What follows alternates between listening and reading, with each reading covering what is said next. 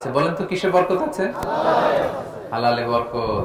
অল্প হইলেও বরকত আছে। ধরেন যে আমি আলুর ভর্তা পান্তা ভাত দিয়ে খাইলাম, কিন্তু খুব তৃপ্তি, স্বাস্থ্য ভালো, সুঠাম দেহ, ফ্যামিলিতে সুখ, ছেলে কথা শুনে, ওয়াইফ নামাজ পড়ে, তাহলে তো দুনিয়াটাই জান্নাত হয়ে গেল, ঠিক কিনা বলেন? আর ধরেন আপনি পোলাও, কুরমা, বিরিয়ানি এগুলো খাইলেন, ডানে বায়ে ইচ্ছা মতো কামাই করলেন, কিন্তু এমন রোগ আল্লাহ দিছে একটা হসপিটালের বিল পরিশোধ করতে 10 লাখ নাই, এরকম আছে না? নেই? একটা হসপিটালের বিল দিতে যে 10 লাখ টাকা নাই। তার মানে হালালে বরকত। প্রিয় ভাইয়েরা, আমার সুঙ্গাইবুলের ভাইয়েরা, এজন্য হালালের সাথে থাকবেন। সাময়িক ওই লটারি পেয়ে আমি অনেক টাকা পেলাম, ওই জুয়া খেলে আমি অনেক টাকা পেলাম, জুয়া খেলে তো মানুষ আসলে নিঃস্ব হয়, কিন্তু সাময়িক কিছু টাকা পয়সা পেয়ে আপনি এটার সাথে জড়াবেন না। এই জীবনটা একেবারে ক্ষণিকের।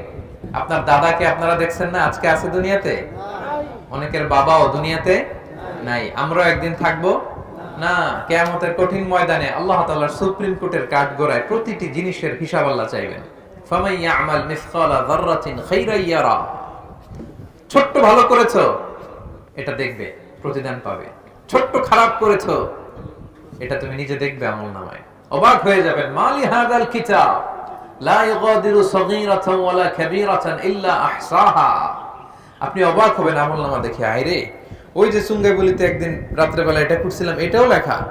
তারপর অমুক দিন সকালবেলা এটা করছিলাম, এটাও লেখা। একজনরে একটা ছোট্ট খারাপ কথা বলছিলাম, এটাও লেখা। এক মুরব্বীরে সিট ছেড়ে বসতে দিছিলাম, এটাও লেখা। ভালো যা করেছেন সব প্রতিদান আপনি পাবেন, জমা আছে। আপনার অ্যাকাউন্ট বোঝাই হচ্ছে, পাহাড়ের মতো উঁচু করে আপনার আমলনামায় আল্লাহ এগুলো ঢুকিয়ে দিবে।